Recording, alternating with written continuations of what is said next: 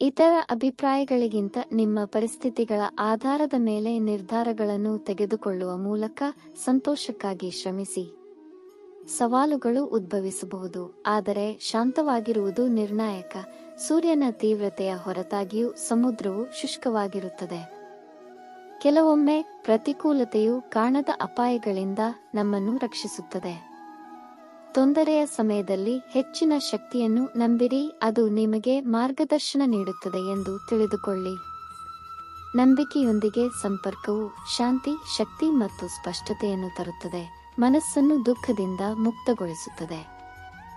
ದೈವಿಕ ಸಮಯಕ್ಕಾಗಿ ತಾಳ್ಮೆಯಿಂದ ಕಾಯುವುದು ಸಾಮಾನ್ಯವಾಗಿ ನಿರೀಕ್ಷೆಗಿಂತ ಹೆಚ್ಚಿನ ಆಶೀರ್ವಾದಗಳಿಗೆ ಕಾರಣವಾಗುತ್ತದೆ.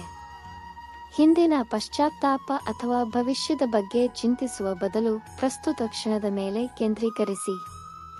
ನಿಮ್ಮ ಮನಸ್ಸನ್ನು ಅದರ ಪ್ರಚೋದನೆಗಳು ಮತ್ತು ಬುದ್ಧಿಶಕ್ತಿಯ ಮಾರ್ಗದರ್ಶನದ ನಡುವೆ ವಿವೇಚಿಸಲು ತರಬೇತಿ ನೀಡಿ. ಪ್ರಮುಖ ಕಾರ್ಯಗಳಿಗೆ ಆದ್ಯತೆ ನೀಡುವ ಮೂಲಕ ಮತ್ತು ನಿಮ್ಮ ಗುರಿಗಳನ್ನು ಸಾಧಿಸುವವರೆಗೆ ಖಾಸಗಿಯಾಗಿ ಇರಿಸಿಕೊಳ್ಳುವ ಮೂಲಕ ನೀವು ಇತರರಿಂದ ಗೊಂದಲ ಮತ್ತು ಅಸೂಯೆಯನ್ನು ತಪ್ಪಿಸುತ್ತೀರಿ. ಸ್ವಾವಲಂಬನೆ ಮುಖ್ಯ. ಸ್ನೇಹಿತರ ಮೇಲೆ ಹೆಚ್ಚು ಅವಲಂಬಿತರಾಗಬೇಡಿ, ವಿಶೇಷವಾಗಿ ನಕಾರಾತ್ಮಕತೆಯಲ್ಲಿ ತೊಡಗಿರುವವರು. ವೈಯಕ್ತಿಕ ಬೆಳವಣಿಗೆಗೆ ಆತ್ಮಾವಲೋಕನದ ಅಗತ್ಯವಿರುತ್ತದೆ ಮತ್ತು ಏಕಾಂತತೆಯು ಆತ್ಮಾವಲೋಕನಕ್ಕೆ ಕೊಡುಗೆಯಾಗಿದೆ. ಸಂಬಂಧಗಳನ್ನು ಗೌರವಿಸಿ, ಆದರೆ ನಿಜವಾದ ಯಶಸ್ಸು ಸಂತೋಷದಲ್ಲಿದೆ, ಭೌತಿಕ ಸಂಪತ್ತಲ್ಲ ಎಂಬುದನ್ನು ನೆನಪಿಡಿ. ನಿಮ್ಮ ಕಾರ್ಯಗಳು ಮತ್ತು ಪದಗಳಲ್ಲಿ ಪ್ರಾಮಾಣಿಕವಾಗಿರಿ, ಏಕೆಂದರೆ ದೃಢೀಕರಣವು ಸಮಯದ ಪರೀಕ್ಷೆಯನ್ನು ತಡೆದುಕೊಳ್ಳುತ್ತದೆ. ಸಂತೋಷ ಮತ್ತು ದುಃಖ ಎರಡನ್ನೂ ಸ್ವೀಕರಿಸಿ. ಜೀವನದ ಸವಾಲುಗಳು ಪಾತ್ರವನ್ನು ರೂಪಿಸುತ್ತವೆ ಎಂದು ತಿಳಿದುಕೊಳ್ಳಿ. ನಿರೀಕ್ಷೆಯಿಲ್ಲದೆ ಇತರರಿಗೆ ಸೇವೆ ಮಾಡಿ, ಸ್ವೀಕರಿಸುವ ಬದಲು ಕೊಡುವುದರಲ್ಲಿ ತೃಪ್ತಿಯನ್ನು ಕಂಡುಕೊಳ್ಳಿ.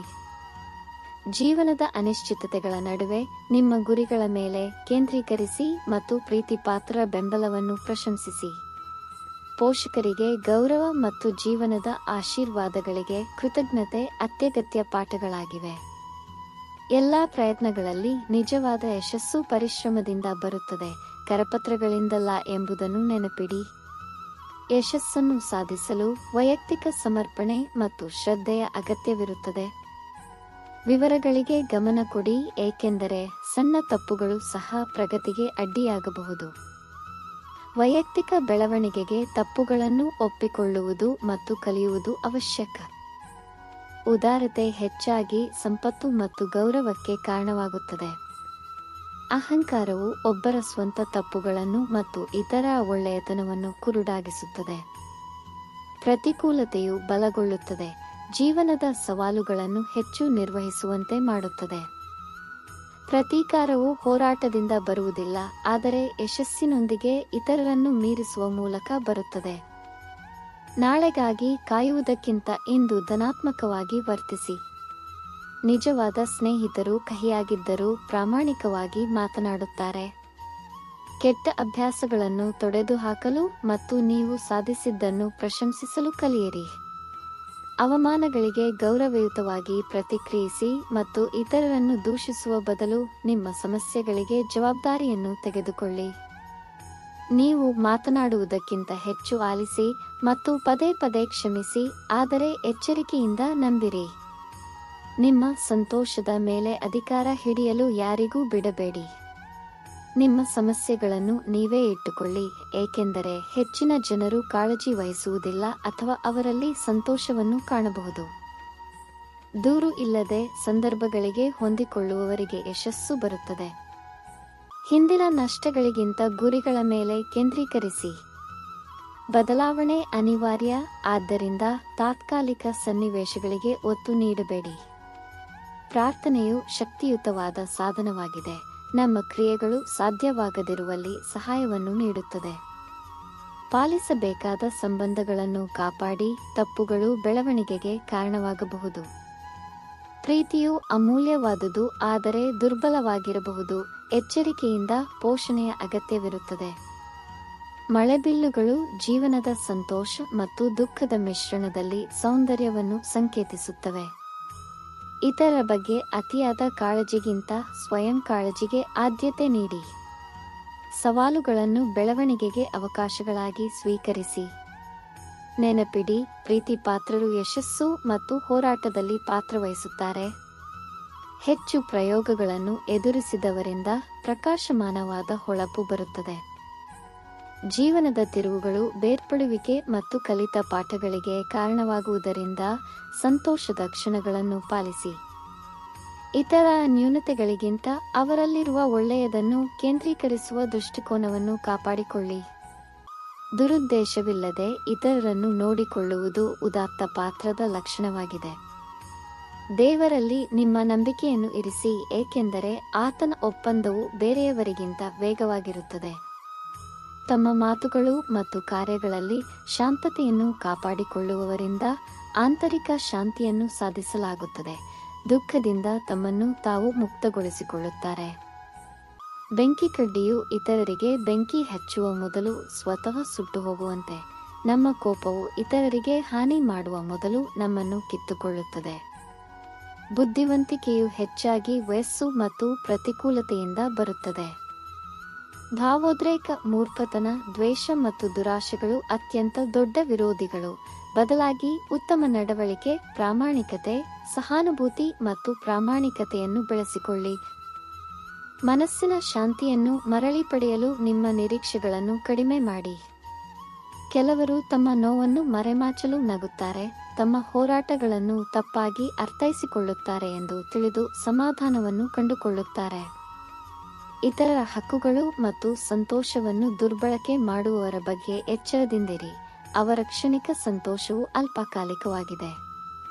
ಸಂಬಂಧಗಳನ್ನು ಕಾಪಾಡಿಕೊಳ್ಳಲು ಪ್ರಾಮಾಣಿಕತೆಯ ಅಗತ್ಯವಿದೆ. ಮೋಸವು ಅವನತಿಗೆ ಮಾತ್ರ ಕಾರಣವಾಗುತ್ತದೆ. ಸವಾಲುಗಳನ್ನು ಸ್ವೀಕರಿಸಿ ಮತ್ತು ನಿಮ್ಮ ಕಾರ್ಯಗಳಿಗೆ ಜವಾಬ್ದಾರಿಯನ್ನು ತೆಗೆದುಕೊಳ್ಳಿ.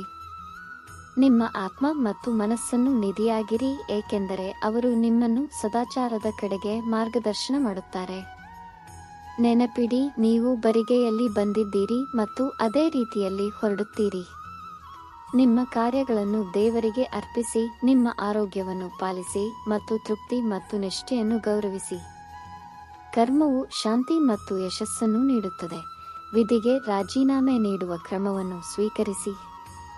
ಕೋಪದಲ್ಲಿ ಗೊಂದಲವಿದೆ, ಅದು ಬುದ್ಧಿಶಕ್ತಿ ಮತ್ತು ಸ್ಥಿರತೆಯನ್ನು ನಾಶಪಡಿಸುತ್ತದೆ. ನಿಮ್ಮ ಕಾರ್ಯಗಳು ಸಭ್ಯತೆಯಿಂದ ಮಾರ್ಗದರ್ಶಿಸಲ್ಪಡಲಿ. ಮೋಸ ಮತ್ತು ವಿಶ್ವಾಸಘಾತುಕತನವನ್ನು ತಪ್ಪಿಸಿ. ಜೀವನದ ಅನಿಶ್ಚಿತತೆಗಳಿಗೆ ಸಿದ್ಧರಾಗಿ ಮತ್ತು ಪರಸ್ಪರ ದೇವರ ವಾಗ್ದಾನದಲ್ಲಿ ಸಾಂತ್ವನ ಪಡೆಯಿರಿ. ಸೇಡು ತೀರಿಸಿಕೊಳ್ಳುವುದು ಅನಗತ್ಯ. ನಿಮಗೆ ಅನ್ಯಾಯ ಮಾಡಿದವರು ಅಂತಿಮವಾಗಿ ತಮ್ಮದೇ ಆದ ಪರಿಣಾಮಗಳನ್ನು ಎದುರಿಸುತ್ತಾರೆ.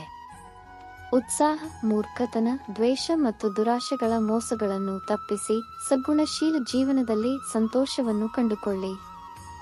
ನಿಮ್ಮ ಆಯ್ಕೆಯ ಹಾದಿಯಲ್ಲಿ ಸ್ಥಿರವಾಗಿರಿ. ಪರಿಶ್ರಮವು ನಿಮ್ಮ ಗುರಿಗಳಿಗೆ ನಿಮ್ಮನ್ನು ಕರೆದೊಯ್ಯುತ್ತದೆ ಎಂದು ನಂಬಿರಿ. ಸಮಯವು ಅಮೂಲ್ಯವಾಗಿದೆ. ಅದನ್ನು ವ್ಯರ್ಥ ಮಾಡುವುದು ವಿಷಾದಕ್ಕೆ ಕಾರಣವಾಗುತ್ತದೆ. ಇತರರೊಂದಿಗೆ ಹೋಲಿಕೆಗಳನ್ನು ತಪ್ಪಿಸಿ. ಪ್ರತಿಯೊಬ್ಬ ವ್ಯಕ್ತಿಯು ಸೂರ್ಯ ಮತ್ತು ಚಂದ್ರನಂತೆ ತಮ್ಮದೇ ಸಮಯದಲ್ಲಿ ಹೊಳೆಯುತ್ತಾರೆ. ಭಯವು ಸವಾಲಿನ ಕೆಲಸಗಳಲ್ಲಿ ಶೌರ್ಯವನ್ನು ಸೂಚಿಸುತ್ತದೆ. ಉತ್ಕೃಷ್ಟ ಕನಸುಗಳನ್ನು ಹೊಂದಿರುವವರು ಅಪಾರವಾದ ಪ್ರಯೋಗಗಳನ್ನು ಎದುರಿಸುತ್ತಾರೆ, ಆದರೆ ಹಿನ್ನಡೆಗಳ ಹೊರತಾಗಿಯೂ ಸಹಿಸಿಕೊಳ್ಳುತ್ತಾರೆ. ನಿಮ್ಮ ಪ್ರಗತಿಗೆ ಅಡ್ಡಿಯಾಗುವ ಅಡೆತಡೆಗಳನ್ನು ನಿವಾರಿಸಿ. ನಿಮ್ಮ ಧೈರ್ಯವು ನಿಮ್ಮ ಸಮಸ್ಯೆಗಳನ್ನು ಮೀರಿಸಲಿ. ಯಶಸ್ಸು ಶತ್ರುಗಳನ್ನು ಸೋಲಿಸುವುದು ಅಲ್ಲ, ಆದರೆ ಆಸೆಗಳನ್ನು ಜಯಿಸುವುದು. ಇತರ ಅನುಮಾನಗಳಿಂದಾಗಿ ನಿಮ್ಮ ಕನಸುಗಳನ್ನು ತ್ಯಜಿಸಬೇಡಿ. ಪಟ್ಟು ಬಿಡದೆ ಮುಂದೆ ಶ್ರಮಿಸಿ. ಇತರರಲ್ಲಿ ಒಳ್ಳೆಯದನ್ನು ಹುಡುಕುವ ಬದಲು ಸ್ವಯಂ ಸುಧಾರಣೆಯತ್ತ ಗಮನಹರಿಸಿ. ನಿಮಗೆ ಹಾರಲು ಸಾಧ್ಯವಾಗದಿದ್ದರೂ ಓಡುವುದು, ನಡೆಯುವುದು ಅಥವಾ ತೆವಳುತ್ತಾ ಮುಂದುವರಿಯಿರಿ. ಒಬ್ಬ ಗುರು ಒಮ್ಮೆ ಒಂದು ಆಳವಾದ ಸತ್ಯವನ್ನು ಬಹಿರಂಗಪಡಿಸಿದನು: ನಮ್ಮೊಳಗೆ 2 ತೋಳಗಳು, ಒಂದು ನಕಾರಾತ್ಮಕತೆ ಮತ್ತು ಒಂದು ಸಕಾರಾತ್ಮಕತೆ. ಶಾಶ್ವತವಾಗಿ ಯುದ್ಧ. ಆಂತರಿಕ ಹೋರಾಟವನ್ನು ಗೆಲ್ಲಲು ದಯೆ ಮತ್ತು ಸಕಾರಾತ್ಮಕತೆಯ ತೋಳವನ್ನು ಪೋಷಿಸಿ. ದಯೆ, ಉದಾರತೆ, ಶಾಂತಿ ಮತ್ತು ಸದ್ಭಾವನೆಗೆ ಆದ್ಯತೆ ನೀಡುವ ಮೂಲಕ ನಾವು ಆಂತರಿಕ ಸಂತೋಷ ಮತ್ತು ಶುದ್ಧತೆಯನ್ನು ಬೆಳೆಸಿಕೊಳ್ಳುತ್ತೇವೆ. ವಿಶ್ರಾಂತಿ ದೇಹವನ್ನು ಪುನರುಜ್ಜೀವನಗೊಳಿಸುವಂತೆ, ಮೌನವು ಮನಸ್ಸನ್ನು ಗುಣಪಡಿಸುತ್ತದೆ. ಈ ಸಂದೇಶವು ನಿಮ್ಮೊಂದಿಗೆ ಅನುರಣಿಸಲಿ, ಆಂತರಿಕ ಶಾಂತಿ ಮತ್ತು ನೆರವೇರಿಕೆಯ ಕಡೆಗೆ ನಿಮ್ಮನ್ನು ಮಾರ್ಗದರ್ಶಿಸುತ್ತದೆ.